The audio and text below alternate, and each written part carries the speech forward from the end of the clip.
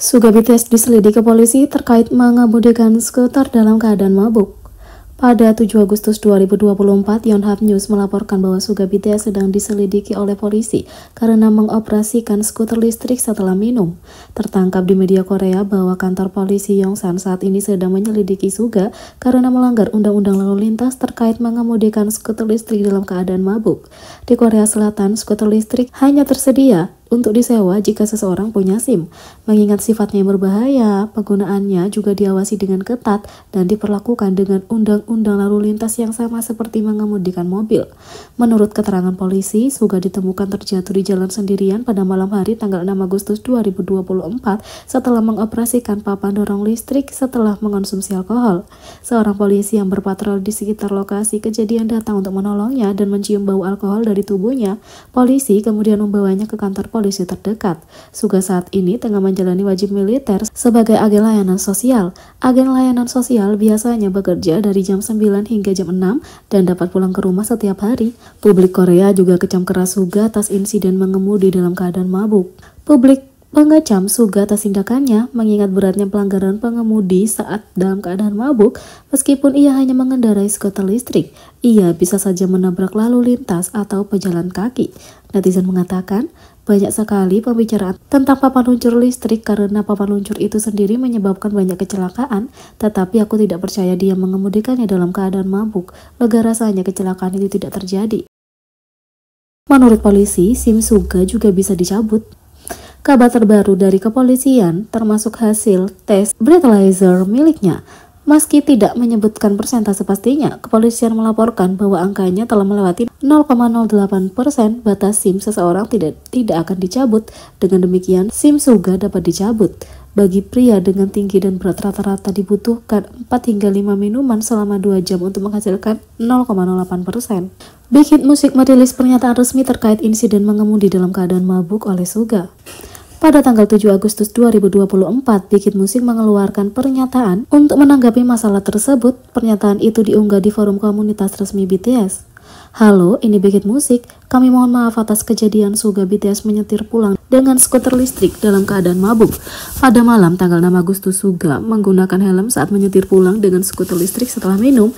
Dia telah berkendara sekitar 500 meter sebelum dia parkir dan jatuh melalui seorang petugas polisi yang berada di dekatnya. Tes breathalyzer dilakukan dan sesuai dengan hasilnya, SIM Suga dicabut dan ia didenda. Tidak ada korban jiwa dalam insiden itu, tidak ada juga kerusakan properti. Dia dikawal pulang oleh polisi. Kami mohon maaf karena telah mengecewakan banyak orang melalui tindakan artis kami yang tidak menyenangkan. Sebagai seorang pejabat publik, ia berperilaku dengan cara yang menimbulkan kontroversi di masyarakat dan karenanya ia berencana untuk menerima hukuman yang pantas dari tempat kerjanya. Kami akan lebih berhati-hati untuk mencegah hal serupa terjadi di masa mendatang. Terima kasih, tulis Big Hit Music. Tagar rayakan konser Suga BTS dibanjiri meme mengemudi dalam keadaan mabuk. Secara kebetulan, penggemar telah mempersiapkan acara tagar untuk merayakan ulang tahun konser solo Suga. #Minyoongi thank you love you bukanlah tagar untuk menghapus kebencian. Tagar ini awalnya ditujukan untuk merayakan ulang tahun konser solo pertamanya. Tapi karena berita tentang mengemudi dalam keadaan mabuk muncul hari ini, orang-orang salah mengartikannya sebagai tagar untuk menghapus lini masa. Bagaimanapun, bukan itu tujuan sebenarnya dan tidak membela tindakan mengemudi dalam keadaan mabuk, tulis netizen. Melihat tagar yang sedang tren, tagar peringatan dan tagar mengemudi dalam keadaan mabuk terlihat berdampingan. Karena itu, tagar tersebut dibanjiri komentar dan meme jahat yang mengejek Suga atas insiden mengemudi dalam keadaan mabuk. Seperti ada yang menulis, Minyoongi mengendarai skuter sambil mabuk dan tertangkap oleh polisi. Dia benar-benar bertingkah seperti penampilannya. Lucu sekali melihat mengemudi dalam keadaan mabuk menjadi tren saat ini. Minyoongi, kalau kamu mau minum dan naik skuter, pergi saja ke militer sungguhan, tulis netizen. Suga pun secara pribadi meminta maaf atas insiden mengemudi dalam keadaan mabuk. Suga BTS telah menyampaikan permintaan maaf terkait insiden mengemudi dalam keadaan mabuk yang dialaminya baru-baru ini. Selain pernyataan yang dikeluarkan oleh perusahaannya, Suga juga secara pribadi meminta maaf atas kejadian itu melalui Weverse. Halo, ini Suga. Aku merasa sangat sedih dan menyesal harus menemuimu semua karena masalah yang mengecewakan ini. Aku mengendarai skuter listrik pulang tadi malam setelah minum-minum saat makan malam. Aku pikir jaraknya dekat dan aku tidak menyadari bahwa kamu tidak boleh mengendarai skuter listrik setelah minum. Karena itu, aku melanggar peraturan lalu lintas. Kupikir di depan gerbang utama rumahku dan aku terjatuh sendiri saat itu. Ada polisi di dekat situ dan berdasarkan hasil tes breathalyzer, SIM-ku dicabut dan aku membayar denda. Meskipun tidak ada yang terluka, tidak ada harta benda yang rusak dalam hal ini, karena ini adalah sesuatu yang tidak dapat dimaafkan yang harus aku pertanggungjawabkan. Aku menundukkan kepala untuk meminta maaf kepada semua orang. Aku meminta maaf kepada mereka yang terluka oleh tindakanku dan tidak bertanggung jawab dan salah. Dan aku akan lebih berhati-hati dengan tindakanku untuk mencegah masalah seperti ini terjadi di masa mendatang, kata Suga. Undang-undang Korea Selatan menganggap serius penggunaan skuter listrik dan undang-undang tersebut diatur oleh undang-undang lalu lintas yang serupa dengan mobil.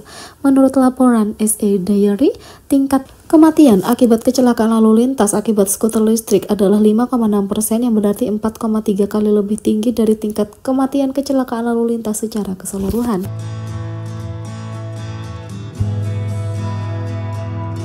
Suga punya reputasi unik di grup temannya bersama aktris Lee Song Kyung. Lee Song Kyung menjadi tamu yang tampil di Suchwita, program wawancara yang dibawakan oleh Suga BTS. Ini adalah pertama kalinya persahabatan mereka terungkap. Mereka bertemu ketika seorang teman musisi mereka mengadakan pertemuan. Lucu sekali mengatakan ini adalah pertemuan, tapi bagaimanapun, sekelompok orang yang bertemu hari itu semuanya sangat cocok satu sama lain. Tidak ada yang menonjol, kata Lee Song Kyung. Setelah menjelaskan bagaimana grup pertemanan mereka terbentuk, Lee Song Kyung berbagi reputasi unik yang dimiliki Suga di antara mereka. Berbeda dengan di BTS di mana dia adalah anggota tertua kedua, di grup pertemanan ini dia adalah yang termuda.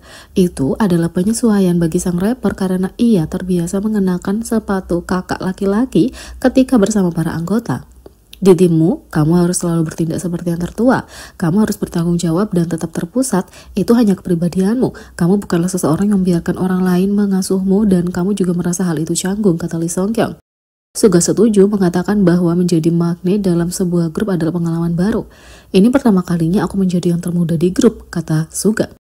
Lee Song Kyung dan teman-teman mereka memahami hal ini dengan baik. Mereka ingin Suga bisa merasakan bagaimana rasanya dihargai seperti seorang adik. Jadi itu sebabnya kami ingin kamu tahu seperti apa rasanya, kata Lee Song Kyung. Cara utama mereka melakukan ini adalah dengan menjadi pasukan pendukungnya setiap kali BTS merilis lagu. Jadi, ketika timmu merilis sesuatu, kami hanya ingin membantumu, kata Lee Song Kyung. Aktris itu menekankan bahwa kelompok teman mereka hanya menginginkan yang terbaik untuknya. Bagaimanapun, reputasi Suga adalah sebagai bayi yang termuda di grup. Kamu adalah orang yang bertanggung jawab di BTS, tetapi bagi kami, kamu bukanlah seseorang yang lebih tua, kamu hanyalah bayinya yang termuda. Dengan mengatakan kamu yang terbaik, itulah cara kami mendukungmu dan cara kami mengapresiasi diri. Apapun yang kamu lakukan, kami setuju dan kamu selalu didukung apapun yang terjadi. Kami memperhatikanmu, kata Lee Song Kyung.